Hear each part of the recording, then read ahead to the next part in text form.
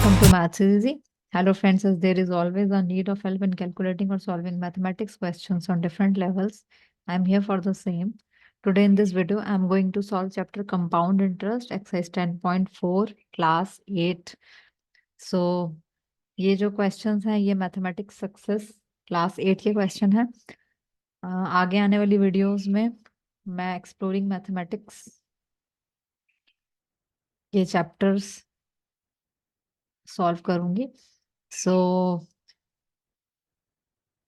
keep watching the videos and appreciate it, as there was so much demand for solving the new book. So I'm going to solve those chapters soon.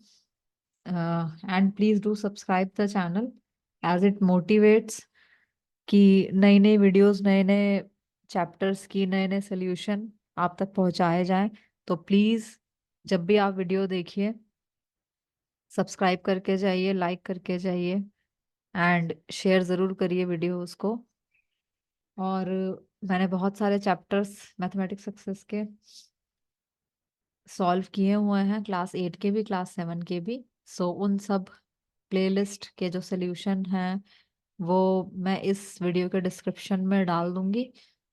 तो जो chapters हैं जो अभी तक solve किए हुए हैं वो हैं rational number, square and square roots, exponents, cube and cube roots, playing with numbers, algebraic expressions, factorization of algebraic expressions, linear equations, percentages and its applications, compound interest, direct and inverse variation, surface area probability and quadrilaterals. बहुत सारे chapters हैं class 7 के भी. Integers, decimals, fractions, rational numbers, linear equations, lines and angles, triangles and its properties.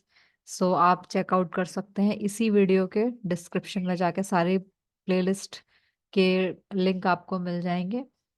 So question number 7 क्या है इसका देख लेते हैं. A sum of money invested in a chit fund yield ₹600 as a simple interest at the end of 1 year at 20% per annum. If this sum is lent out for 1.5 years at 20% per annum compounded half yearly, what is the benefit in the interest obtained? तो सबसे पहले तो question समझ लेते हैं कि एक chit fund में एक मनी इन्वेस्ट किए तो 600 एज अ सिंपल इंटरेस्ट मिले हैं 1 साल के एंड में. रेट ऑफ इंटरेस्ट क्या था? 20%. और उसी सम ऑफ मनी को जो हमें गिवन नहीं है 1.5 years के लिए 20% पर एनम के लिए कंपाउंडेड हाफ ईयरली. क्या यहाँ ये ध्यान देने वाली बात है कि कंपाउंडेड हाफ ईयरली हो गया है.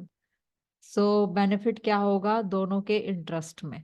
मतलब जब सिंपल इंटरेस्ट पे लेंट आउट किया था तब कितना इंटरेस्ट, और जब कंपाउंडेड पे किया था तब कितना इंटरेस्ट, उन दोनों में क्या डिफरेंस है और उसको क्या गेन हुआ, दोनों के इंटरेस्ट में क्या गेन हुआ, क्या डिफरेंस है, वो हमें इसमें बताना है. तो कैसे स्टार्ट करेंगे?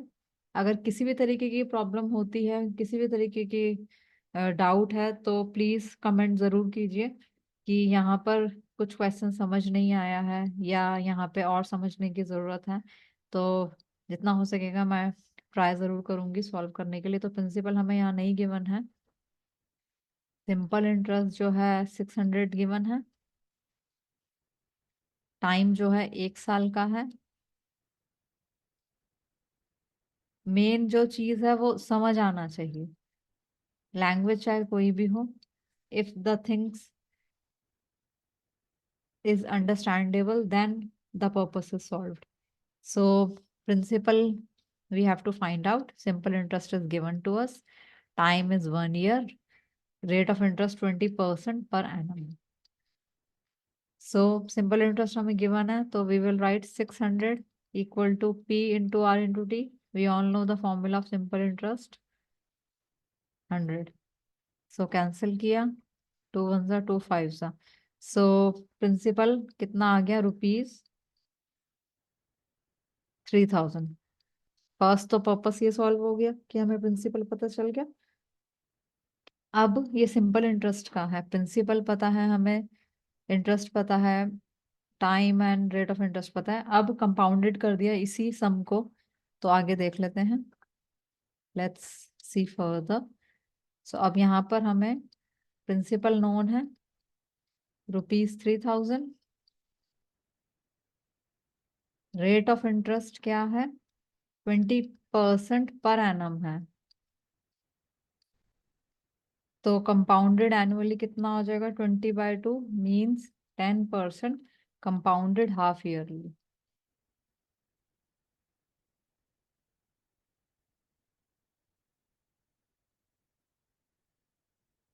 टाइम 1.5 ईयर्स, तो कितने में स्प्लिट हो जाएगा 1.5 ईयर्स? 3 हाफ ईयर्स में। 6 मंथ्स का 1 हाफ ईयर मानते हैं, तो 1.5 ईयर मतलब 3 हाफ ईयर्स। सो अमाउंट क्या है? फॉर्मूला क्या है अमाउंट फाइंड आउट करने का? Principal into 1 + r/100 raise to the power n। So amount we have to find, principal पता है 3000, 1 प्लस रेट ऑफ इंटरेस्ट क्या हो गया? 10%, and time is 3 years. Cancel कर दिया।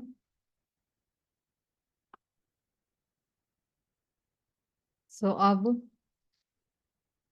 अमाउंट 3000 इंटू एलसीएम ले लेंगे 10, 10 + 1 raise to the power 3। So amount equal to 3000 into 11/10 raise to the power 3। Amount is equal to 3000 into 11/10। मैं एक एक स्टेप जो है क्लियर करके बताती हूँ, ताकि कहीं भी कुछ भी कंफ्यूजन ना रहे। यहाँ तक कि मल्टीप्लिकेशन भी I try to solve in front of the students, कि कहाँ कैसे कैंसलेशन हो रही है, कहाँ कैसे हो रहा है, वो पता लगे। सो 30 से 30 कैंसिल आउट हो जाएंगे। सो 11 11 सा वी ऑल नो 121, 121 11 सा 121 into 121, so it would become 1331. Now multiply it with 3, so it would become 3 1s are 3, 3 3s are 9, 3 3 3 1s are 3। तो अमाउंट हमारा क्या आ जाएगा? ₹3993। अब कंपाउंड इंटरेस्ट निकालने के लिए क्या करना होता है? अमाउंट में से प्रिंसिपल माइनस करना होता है। सो कंपाउंड इंटरेस्ट क्या आ जाएगा हमारा? Compound interest is equal to, amount कितना है? ₹3993 minus principal ₹3000। So compound interest आ जाएगा ₹993। So for finding out benefit in the interest obtained, interest में कितना, जो भी इंटरेस्ट मिला उसमें कितना बेनिफिट हुआ या कितना प्रॉफिट हुआ, वी कैन से ₹993 में से क्या माइनस कर देंगे? 600 माइनस कर देंगे। सो क्या आ जाएगा? ₹393। यही हमारा आंसर है। Hope the question is clear. फिर भी अगर किसी भी तरीके का डाउट है तो प्लीज कमेंट बॉक्स में कमेंट करके अपना डाउट पूछिए। So I hope question number 7 is clear. Now come to the question number 8. So question number 8 is given as what? पढ़ लेते हैं पहले क्वेश्चन नंबर 8 को। सो क्वेश्चन नंबर 8 है, find the difference between compound interest on ₹15,000 for 2 years at 20% per annum and compounded annually and semi-annually. So compound interest में difference बताना है। अगर 15,000 2 years के लिए 20% per annum पे एक बार annually दिया और semi-annually दिया। इसमें भी कुछ नहीं है, एक बार annually find out करना है, एक semi-annually find out करना है। तो इस तरीके के क्वेश्चंस में क्या होता है, सिर्फ कैलकुलेशंस में थोड़ा सा हो सकता है ट्रिकी हो, ध्यान रखना पड़ेगा। अगर कैलकुलेशन करते हुए ध्यान रख लिया तो फिर आप सक्सेसफुल हो सॉल्व करने में। और कैलकुलेशन में थोड़ी सी भी मिस्टेक हो गई देन फिर अटकते हैं। और एक क्वेश्चन पेपर में क्या होता है, टाइम लिमिट सेट होता है एक क्वेश्चन के लिए। माना ये जाता है अगर 3 मार्कर है तो 3 मिनट से ज्यादा टाइम नहीं लगना चाहिए, कभी कभी इससे कम भी। और थोड़ी सी भी कैलकुलेशन हो गई तो वही क्वेश्चन जो है 3 4 क्वेश्चंस का टाइम ले जाता है। तो कैलकुलेशन करते हुए इस बात का ध्यान रखना है। तो क्वेश्चन नंबर 8 में क्या है, प्रिंसिपल 15,000 है, टाइम 2 years है, rate of interest 20% per annum है। सो ये क्या है, कंपाउंडेड एनुअली के लिए। ये सारे के सारे जो भी डेटा है वो कंपाउंडेड एनुअली के लिए है।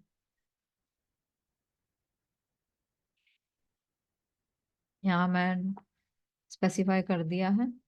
सो फॉर कंपाउंडेड एनुअली, इसके लिए हम पहले कैलकुलेशन कर लेंगे। सो अमाउंट क्या हो जाएगा,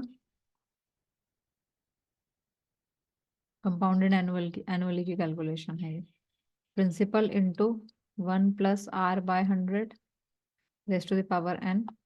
So amount would be 15,000 into 1 + 20/100 raised to the power n. Now 15,000 LCM लिया, 5 + 1 raised to the power n.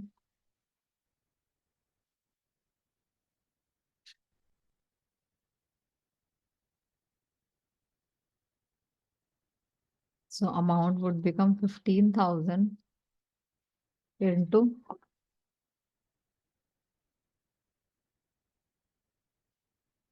6/5, यहाँ पे 2 years हो जाएगा। 15,000 into 6/5 into 6/5.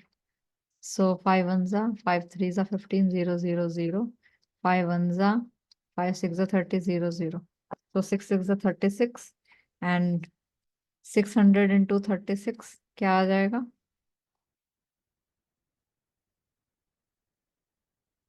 It would become 3600, then it would become 1800.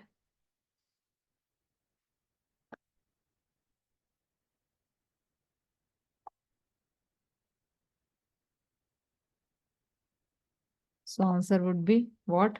21,600. So amount आ गया कितना? Rupees 21,600. All these calculations were pertaining to compounded annually. Now come to the compounded semi-annually. So compounded semi-annually के लिए जो भी हमारे डेटा है पहले वो हमें लिखना पड़ेगा, जो भी गिवन है हमें। So फर्स्ट स्टार्ट करते हैं कंपाउंडेड सेमी एनुअली के लिए। प्रिंसिपल है 15,000, टाइम है 2 years, means 4 half years। Rate of interest half हो जाएगा, 20/2 मीन्स 10% सेमी एनुअली। सो ये सारा डेटा किसके लिए है? कंपाउंडेड हाफ ईयरली या कंपाउंडेड सेमी एनुअली के। अब इसकी कैलकुलेशन कर लेते हैं। Same formula will apply. Amount equal to principal into 1 + r/100 raised to the power n. Amount we have to find out. Principal is 15,000 into 1 + 10/100 raised to the power n equal to 15,000 into 10 + 1 raised to the power 4.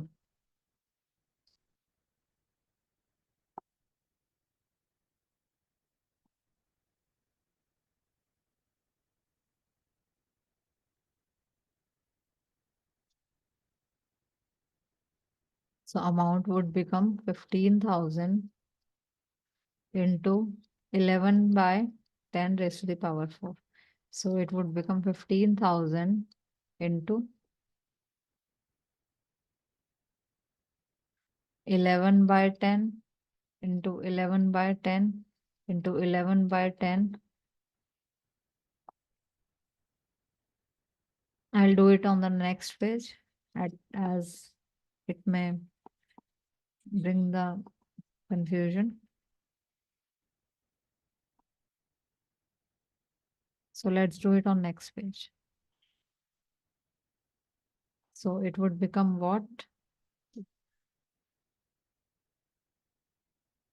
So amount 15,000 into 11 by 10 into 11 by 10 into 11 by 10 into 11 by 10. So 30 will cancel out by this, and 5 3s are 15, 5 2s are 10. So 11 11s are 121 and 11 11s are 121. So 121 into 121, what would it become? 14641. So we would write 3 into 14641 upon 2. So 3 से multiply कर लेंगे. 3 1s are 3, 3 4s are 12, 3 6 are 24, 25.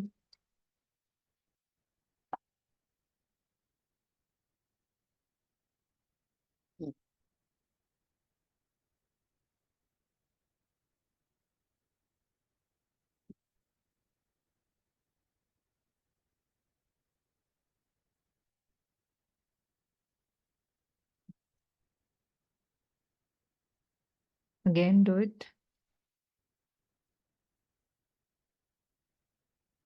3 1s are 3.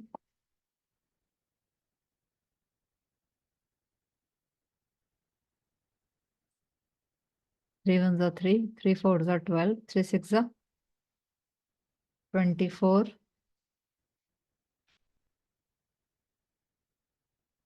3 6 are 18 and 19, 3 4s are 12, 13, 4, 4 3 9 2 3 divided by 2. So divide किया तो answer आएगा ₹21,961.5. So difference in interest क्या हो जाएगा?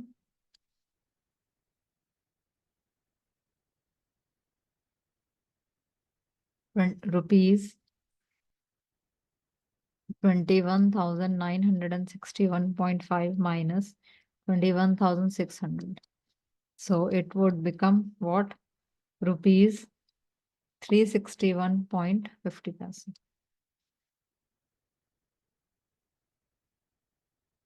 So it was all about question number 8. अगर किसी भी तरीके का डाउट है तो please ask your doubt. Comment box में कमेंट कीजिए, अपने डाउट पूछिए. So in my upcoming videos, I'll be solving more of the question of compound interest. And जैसे कि मैंने पहले भी बोला, I'm starting with the another book which is exploring mathematics in my upcoming videos, further videos. So if you guys like my videos or if it is somewhere helpful to you, subscribe कीजिए channel को please, video को like कीजिए, share कीजिए, क्योंकि ये सब जो है वो और अच्छा कंटेंट बनाने के लिए मोटिवेट करता है और ज़्यादा से ज़्यादा सोल्यूशन वीडियोस आपको मिल पाए, जिससे ज़्यादा से ज़्यादा आप अपने एग्जाम के लिए प्रिपेयर कर पाए, ज़्यादा से ज़्यादा आप अच्छे से स्कोर कर पाए. Thank you so much.